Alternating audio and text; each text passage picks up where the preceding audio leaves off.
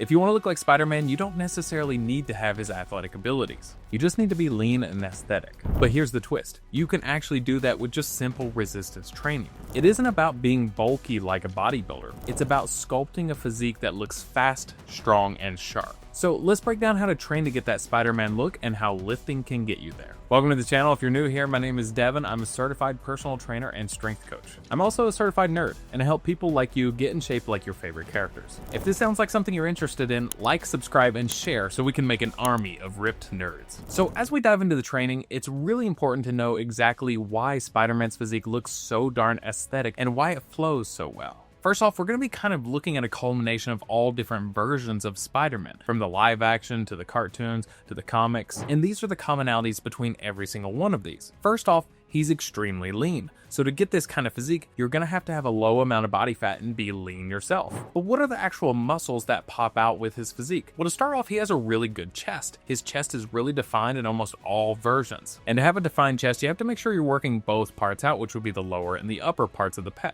Next, he almost always has amazing delts in every single shot that you see of him. It's almost kind of like a swimmer or a basketball player. They almost always have those crazy delts that just pop. And you also have to know that he has an amazing back to be able to pull on the webs and pull himself in many different directions, or pull bad guys towards him. And the pulling motions all come from the back. And then finally, he always has an amazing core, mostly the abs. So he's got a really defined set of abs, and that comes mostly through looking lean, but also we can do some ab training to help them just pop a little bit more. Now that we know these specific muscle groups, we can actually target them with our training. So for this video, I'm actually going to give you 3 exercises, 2 that you can do at the gym that are super effective. And just in case you don't have access to a gym, I'm going to give you 1 exercise that you can do at home with minimal equipment. So up first, we're going to look at the chest. With the initial gym exercise, we're going to start with a good old-fashioned bench press. And you can either do this with a barbell, you can do it with dumbbells, or you can even do like a chest press with machines. For this example, I would prefer that you use a barbell because you can actually load up probably a little bit more weight. And I've just found in my own life that I've gotten a bigger chest by using a barbell. I found that a lot of barbell exercises are really good for just really packing on that muscle mass in a really efficient manner. Now, when you do this,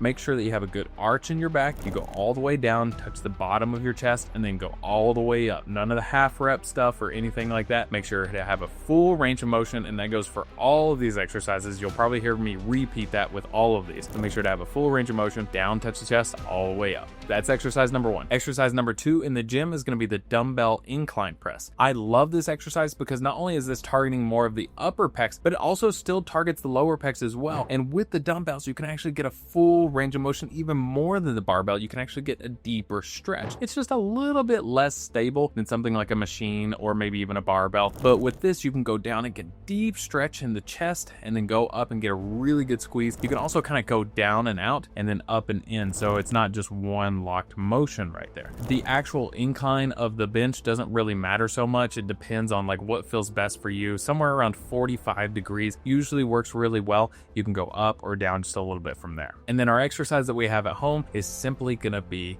the push-up. Now, there are different variations of this. So if you're not very strong at push-ups, you might want to start with doing push-ups on your knees, or you could do push-ups like on a bench or a table or a chair, something like that, where you're kind of at an incline. Now, if you're pretty good at push-ups, you can do normal push-ups. If you're really good at push-ups, you can start to make them even harder by doing like a deficit push-up where your hands are on some dumbbells or blocks or something and you're going extra deep, kind of like with those dumbbells on the incline press, you're getting the extra stretch. And then if you're super good at push-ups, you can do that deficit push-up plus adding some weight. Now, the best way to add weight, in my opinion, at home is to add a backpack that is weighted down. So what you could do is just simply get a backpack that you have laying around the house, add some books or something, measure it out, make sure you know exactly how much it weighs. I'd say about 5, 10, 15 pounds is a really great place to start. Anything above like 20 or 30 with a backpack starts to feel a little bit wacky. So somewhere around there, and that should be a really good place for you to start really just building your chest. So to recap those, if you're starting with like knee push-ups, totally fine, that's great. Just get really good at those till you can do normal push-ups. If you're good at those and you're good at normal push-ups, start to move into deficit push-ups. If you're good at deficit push-ups, start to move into the deficit weighted push-ups. And once you're starting to do deficit weighted push-ups, you're probably going to have a pretty decent chest already at that point. Okay, body part number 2, the shoulders. The first exercise up is one of my favorite shoulder movements, and that's the cable lateral raises. Now, there's several different ways to do these. You can do them 2 arms at a time. You can do them 1 arm at a time. What I prefer is to have the cable around your hip height. That way that there's kind of a 90-degree angle between your overhand at the bottom and the cable, and then you're gonna just raise up to about parallel to the ground. You can come up a little bit higher if you want, and that's if you're doing single arm at a time. You can also do double arm at a time and do it that way too. You can play around with these angles. You can have them behind you. That's for a really good stretch. Whatever way you do, just make sure you're sticking consistently with that for a while before you change it up. Next up, you have dumbbell lateral raises. Now this is one that you can do standing, you can do it seated. I really prefer doing these on an incline. I really love the incline dumbbell lateral raises. I think it's a great exercise for really just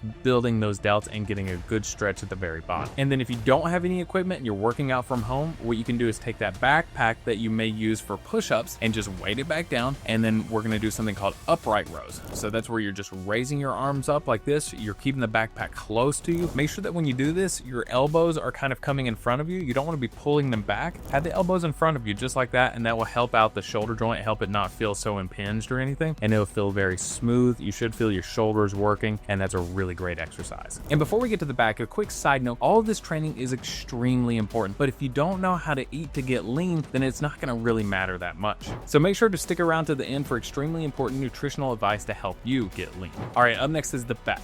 With this, we're gonna start with barbell rows. This is that big barbell exercise like bench press is to the chest. This is for the back. So this is really good for helping you just add on that muscle mass on your back. And there's a lot of different variations to this. You can do it with a barbell, you can do a deficit barbell row, or you can do something like a cable row. All of these row variations are really important, but like I said before, just make sure you pick one and stick with it. That way you can get really good at that before you change it up. Up next, we're gonna do the lat pull down to really hit the latissimus dorsi, those muscles that kind of make your back pop and be just a little bit wider. And with this, I like to take an overhand wide grip. With that grip, I really feel a good stretch in the lats, especially at the top. Make sure you're going all the way up, really stretching them out, and then all the way down to touch your chest, and then repeat. And then finally, for the exercise you can do at home, chin-ups. Simple chin-ups. Now you can do pull-ups as well, which is like an overhand variation, but a chin-up is a really good exercise for not just hitting the back, but also hitting the biceps. With these, also make sure you're going all the way down, all the way up, and if you need a little assistance, you can have someone grab your legs, help you up and down.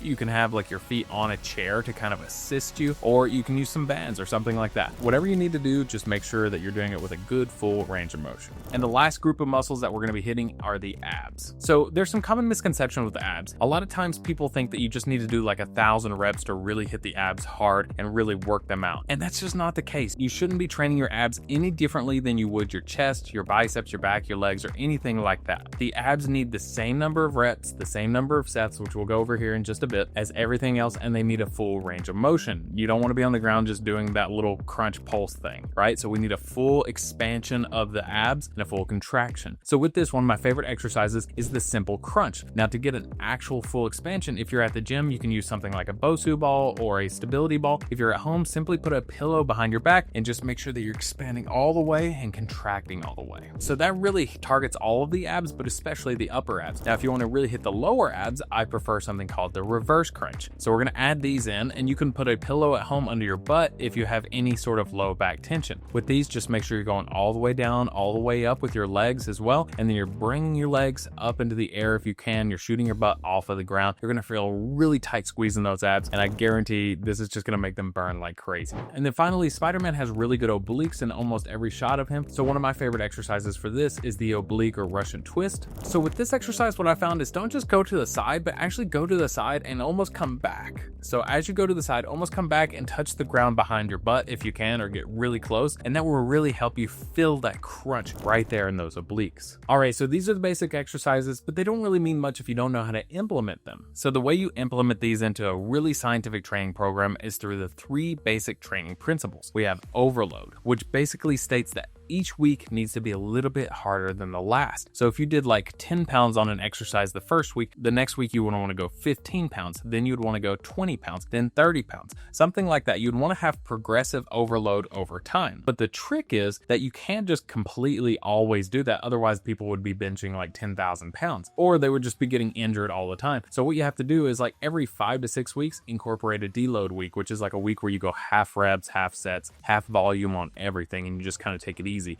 So start light in your cycles are about 4 to 6 weeks long, build up progressive overload, then relax. then do the same thing, repeat. Just a little bit harder on your second cycle than your first cycle. Next up is specificity, which is something that's great. We've already talked about that. These exercises that we've chosen are specific to looking like Spider-Man, so you're one step ahead on that one. And then the third basic training principle is variation. We have to change it up over time, and I've just briefly talked about that with the progressive overload. You have to change up the exercises every now and then. So like I said, it's about 4 to 6 weeks of training, and just do these exercises that I've given you for about 4 to 6 weeks, and then kind of change it up. So like if you did a push-up on the first cycle, the next cycle you may want to do like something like a deficit push-up or a weighted push-up. Just brief minor changes from cycle to cycle is super important. Or if you did like a dumbbell bench press, do a barbell bench press, or vice versa. So slight variations are really key to helping you grow. The sets are super simple. You'll do each of these exercises maybe a couple of times a week. If you're just beginning, do about 3 to 6 sets per week on each thing. So like your chest, do about 3 to 6 sets. If you want to start to make them grow a little bit more, really push into that next level, start to do like 6 to 10 sets per week. And then if you're more advanced, or you feel like you can just push it a little bit more, do like 10 to 15, maybe even up to 20 sets. That's more for really advanced lifters on the muscle group that you're really wanting to grow. And with all of these, keep the rep ranges between about 5 to 30 reps. So that might look like the first week you're doing bench press on Monday and Thursday, and you're doing 3 sets of 10 on Monday and 3 sets of 10 on Thursday, right? And then maybe you add a rep or a set the next week.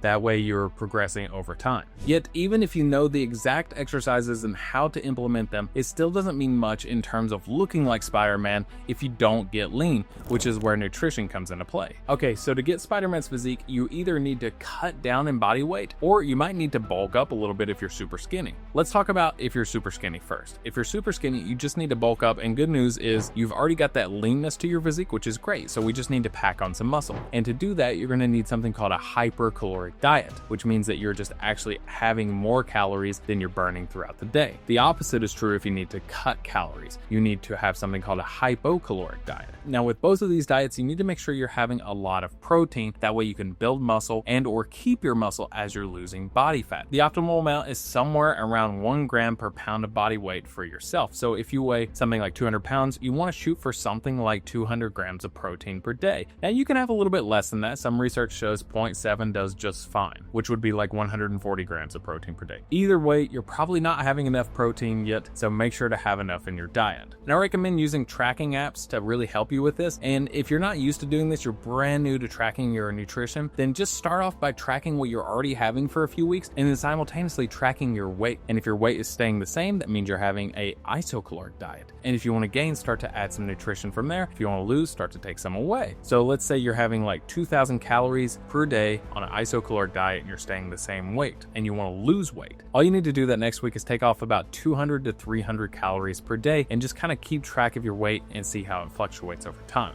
And last nutritional tip, make sure you're having carbs around your workout window. So if you work out first thing in the morning, maybe you have a little bit of carbs before, a little bit during, like a Gatorade or something like that, and then some more after. And then you can kind of taper the carbs down throughout the day. And on days that you don't work out, maybe just have them first thing in the morning and then taper them down. That's a really good way to kind of cut carbs and cut calories. Hey, if you like this training, but maybe you want a slightly different style of physique, like maybe you want to be more jacked like Thor, then check out some of my other training plans listed in the description down below. Thanks so much for watching, and I'll catch you in the next video.